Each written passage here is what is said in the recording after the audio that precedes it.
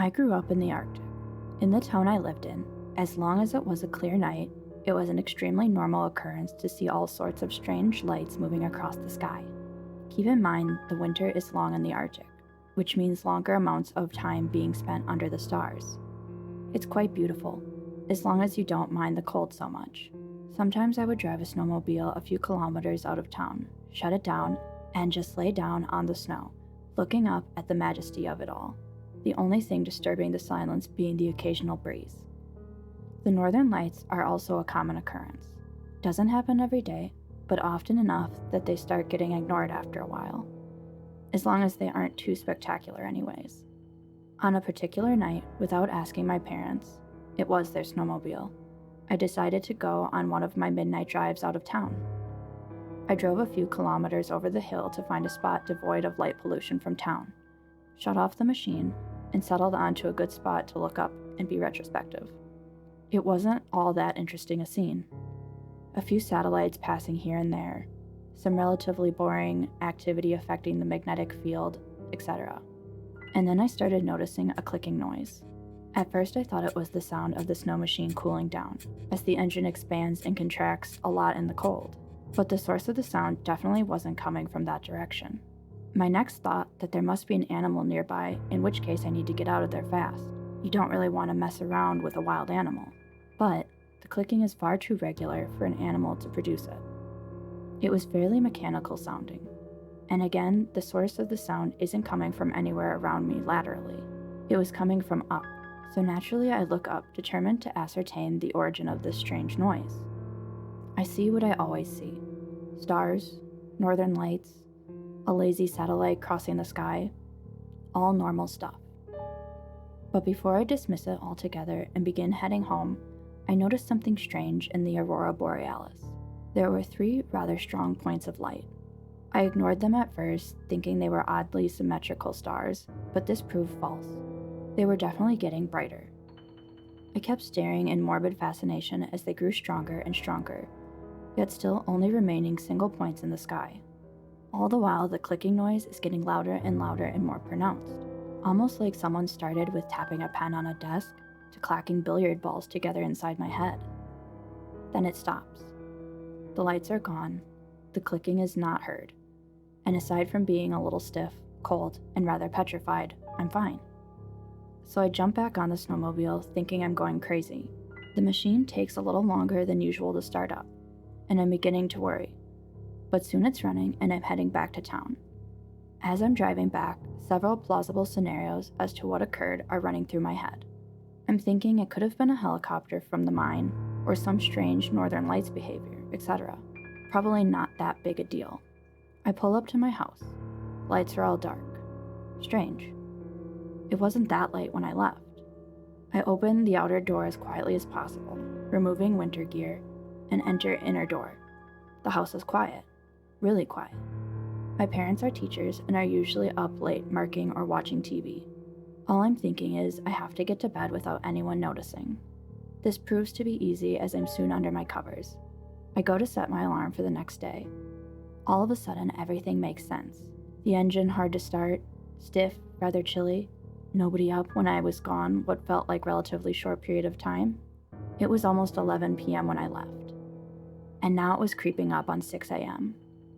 I stood, staring at clicking lights for almost 7 hours. I never ended up sleeping that night, and I don't go on late night snow machine rides anymore.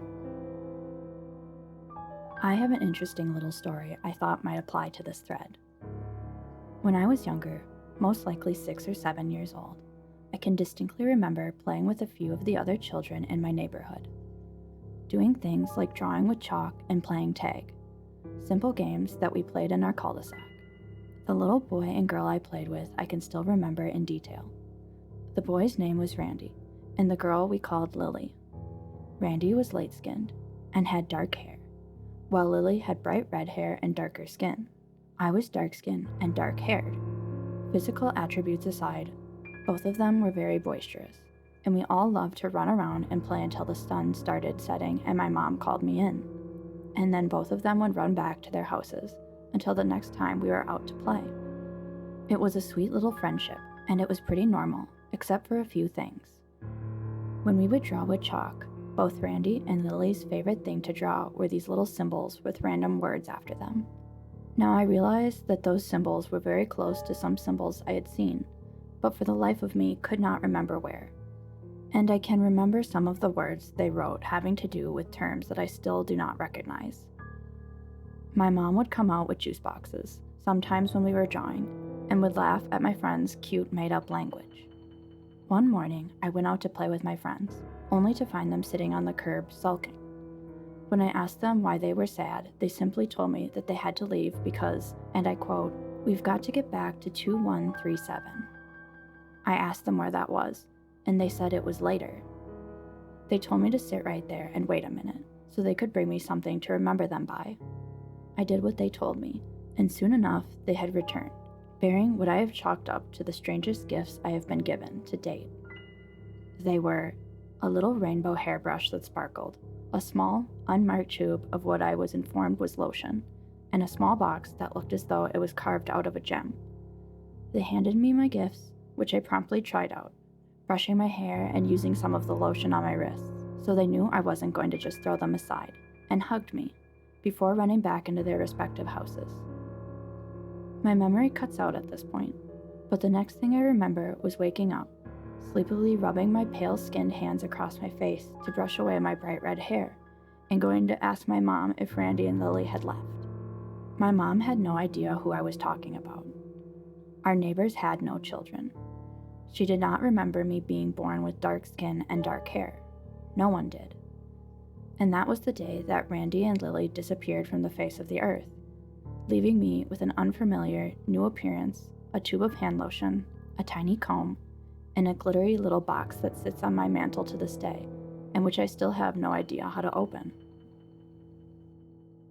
At a friend's place back in 2008, when we were all teenagers, we had a cool shed at a friend's that we'd hang out in every weekend. It had 4 sets of bunk beds, tables, a fireplace, TV, fridge, etc. The whole lot. One night, we were all hanging out in there when I decided I needed a piss. I walked out the front door of the shed and started to walk to the right when I stopped. Now let me explain the layout here. As you walk out of the shed, his house is to the left, and to the right is where we all parked our cars. Further out, you're left with empty fields and trees. It was dark by now, the lights from the house illuminating the space between the house and our cars, but trailing off just past them. As I took a step to the right, intending to go behind the cars to relieve myself, I saw my friend's older brother standing there. I watched him for a good 5 to 10 seconds as he stood there, facing into the darkness. He then proceeded to walk behind a couple of trees and a car before he disappeared. Confused, I walked back into the shed and asked my friend what his brother was doing by the cars. The conversation went as follows. Me: "Hey man, what's your brother doing behind the cars?" Him: "What do you mean?" Me: "He just walked off behind the cars." Brother: "I'm right here." I looked over, and there his brother was, sitting down on one of the chairs with a drink. He was wearing the exact same clothes as I saw him in, and the only way to get into the shed was through the door that I was standing in the way of. To this day, I have no idea how it all happened. I'm guessing I was just seeing things. But the fact that I watched him walk around for a good 10 seconds has always puzzled me. I've never had anything else like that happen. In college, I frequented a trail on the Appalachian Mountains near my college. Each time, I would trek further and further. I never saw anyone else on it, no matter how good the weather was, so I just saw it as my own personal trail. For a while, I would walk to a large stream and turn back since it was wide and deep, and I didn't want to get my boots soaking wet. One day, I was determined to cross the stream, so I moved several planks of sturdy dead tree to make a makeshift bridge. I crossed to the other side, and everything felt subtly different. The air was different. The sky was brighter. And surprisingly, the trail on the other side was better maintained than the part I had come from. As I kept walking, I noticed a lot of old soda cans lying around. The ones that are more perfectly cylindrical, and wasn't seeing any of the modern-looking soda can designs. I passed by an old cabin. It looked occupied, so I didn't bother investigating, and went along my way. I kept walking until I got to a wider, deeper stream. I wouldn't be able to make a bridge across it. I turned around and headed back. I distinctly remember the sky turning overcast within a matter of minutes. I couldn't clearly see the sky since the trees blocked a lot of my view. I had just assumed a cloud had passed across the sun, but when I got a better look, the sky was completely different. It felt like I was walking along a completely different trail. This is the craziest part. I looked over to where the cabin had been to find nothing but the remains of the cabin. All that was left was the stone chimney. I had walked by the cabin about an hour back, but there wasn't any ashes, no smoke. There was a thick layer of fallen leaves, and even some litter, among litter like beer bottles and cans with modern logos. I was dumbfounded and explored the cabin's remains for a good hour until it started to drizzle. I walked back along the trail. The old soda cans were gone. The bridge that I had built was gone. I couldn't see the logs further down the stream. The rest of the trail was just as I had remembered it. I walked the last mile or so of the trail in darkness and rain, guided by my phone, which never could get reception in the mountains. So that's my weird time-traveling story.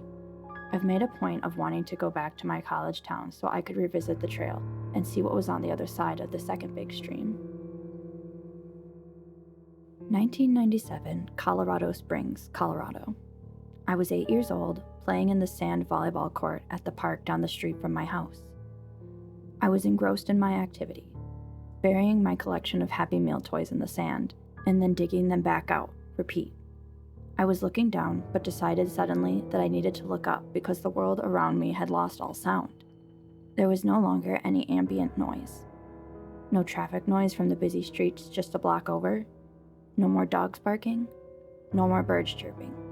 I looked at the street that bordered the park, and that's when I saw it. It looked like a stealth bomber turned sideways, nose leading, one wing down toward the road and the other pointed up at the sky. Completely shiny black in color, as tall as a house, shaped like an arrowhead. It was cruising the street at 3 miles per hour, just gliding over the road. I watched it for maybe 20 seconds. As soon as it had passed behind some 2-story houses and out of my sight, I got my hearing back full force. I ran home with my piss-soaked pants and never spoke a word of it to anybody. Here is a quick sketch I made in all of my talented glory. I only lived in Colorado Springs in 1997. I lived on Don Juan Court, so I guess the park I was playing in was called Franklin Park. Immediately after, I moved back to Phoenix just in time for the Phoenix Lights. I hope you enjoyed the video. If you did, don't forget to hit the like button and the subscribe button for more content in the future.